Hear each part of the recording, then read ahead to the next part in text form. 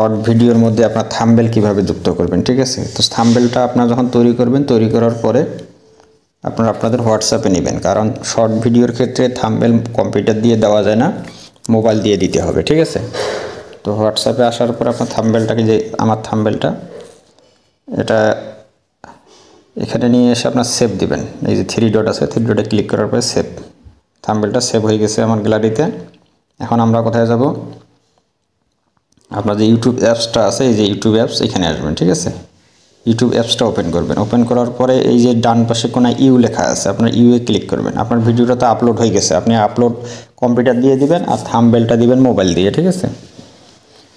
Upload হয়ে গেছে। এখন এখানে আসার পর যে ভিউ চ্যানেল, ভিউ চ্যানেলে ক্লিক করবেন। উপরে দেখেন টাইটেলের নিচে আছে ভিউ চ্যানেল। ভিউ চ্যানেলে আপনার ভিডিওগুলো এখানে শো করবে। এখান থেকে আপনি শর্টসে ক্লিক করবেন। শর্টসে আসার পরে ধরেন এই ভিডিওটাতে আপনি থাম্বনেল দিবেন, ঠিক আছে।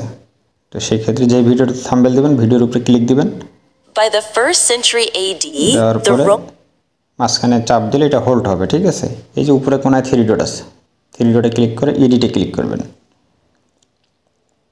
এডিটে ক্লিক করলে এই যে দেখেন ইমেজের কোণায় যে কলম আইকন বা পেন আইকন আপনারা পাবেন, ঠিক আছে। পেন আইকনে ক্লিক করবেন। ক্লিক করে আপনি আপনার থাম্বনেলটাকে সিলেক্ট করে দেবেন।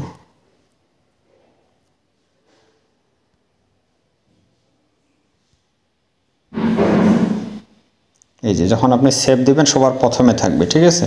তো সবার প্রথমেরটাতে সিলেক্ট করে এই যে টিকমার্ক আছে, টিকমার্ক ক্লিক দিবেন। ক্লিক দিলে দেখেন আপনার থাম্বনেলটা চলে এসেছে। এখন আপনি সেভ বাটনে ক্লিক করবেন।